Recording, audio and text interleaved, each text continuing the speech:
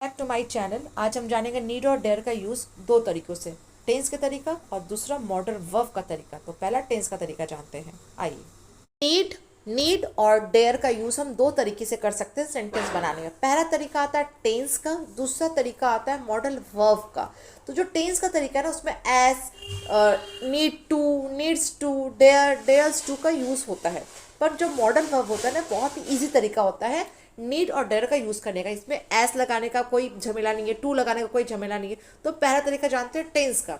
Tense में जब हम नीड का यूज़ करेंगे, जब हम अफर्मेटिव सेंटेंस बनाएंगे ना, तो उसका रूल है subject plus need two plus verb का फर्स्ट फॉर्म। यहाँ पे एस क्यों लगा, अगर आप कहेंगे नीड में एस क्यों लगा, इसलिए लगा है अगर कोई भी सेंटेंस हम अफर्मेटिव सेंटेंस में बनाते हैं, अगर ही सी इट नेम या सिंगुलर कुछ है तो वहाँ पे एस का यूज़ करेंगे।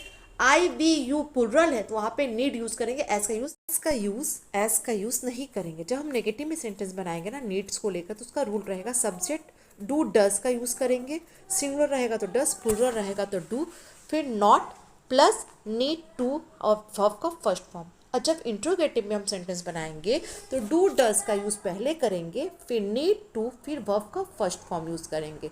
जैसे एग्जांपल, नीड का मतलब होता है ज़रूरत, तो तुम्हें यहाँ आने की ज़रूरत है।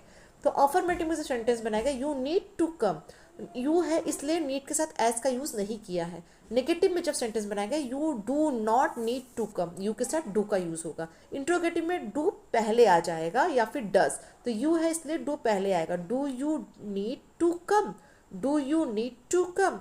अब मॉडल वर्ब का जानते हैं और एग्जाम्पल देखते हैं। राम को खेलने की ज़रूरत है, यहाँ पे नाम है राम, तो राम एक सिंगुलर है तो नीड के साथ एस का यूज़ हुआ है, Ram needs to play. Negative, Ram does not need to play.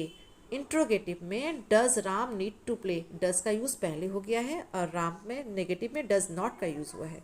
ठीक है, अब मॉडल वर्ब देखते हैं। अफर्मेटिव का सब्जेक्ट है, subject plus need plus verb का फर्स्ट फॉर्म। नेगेटिव में subject plus need not plus verb का फर्स्ट फॉर्म। इंट्रोगेटिव में need plus subject plus verb का फर्स्ट फॉर्म। इंट्रोगेटिव में नीड पहले यूज़ होगा। ठीक है, यहाँ पे टू का यूज़ झमेला नहीं है, एस का झमेला नहीं है, बहुत ही सिंपल सोबर यूज़ का एग्जाम्पल होता है नीड का। जैसे एग्जाम्पल, उसे पढ़ने की ज़रूरत है, ही नीड स्टडी, बस हो गया, अफर्मेटिव सेंटेंस खत्म। He need not study, negative में। इंट्रोगेटिव में नीड ही स्टडी, नीड का यूज़ आगे कर देगा क्वेश्चन मार्क। मैं तो सबसे ईजी वर्ब है मॉडल वर्ब को यूज़ करिए नीड का यूज़ करने में, बहुत ईजी सटिक सेंटेंस बनाइए। He need study, he not study, need he study. अब डेयर का भी सेम है, सेंटेंस में भी अब यूज़ कर सकते हैं और मॉडल वर्ब में भी। तो पहले हम सेंटेंस में जानेंगे। Subject dare to verb one, singular रहेगा तो एस और प्लूरल रहेगा तो एस का यूज़ नहीं होगा। सब्जेक्ट अब डू डज नॉट और डेयर, वर्ब का फर्स्ट फॉर्म। डू डज पहले यूज़ होगा, डेयर और टू और वर्ब का वन। जैसे उसने बोलने की हिम्मत की, he dare to speak. Negative, he does not dare to speak, does he dare to speak, does का यूज़ पहले हो जाएगा, क्वेश्चन मार्क बाद में। सेम है, कोई झमेला नहीं है। और वर्ब, मॉडल वर्ब तो और भी इजी है। डेयर का मॉडल वर्ब कैसे यूज़ करेंगे, बहुत ही इजी, सबसे इजी यही तरीका है। मैं तो कहूँगी आप लोग को भी यही यूज़ करना चाहिए, मॉडल वर्ब।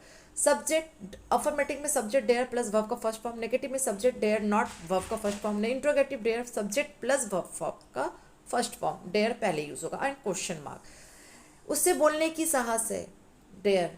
अफर्मेटिव में कैसे बोलेंगे, he dare speak, direct. Negative, he dare not speak. Interrogative, dare he speak, question mark, दस खत्म हो गया।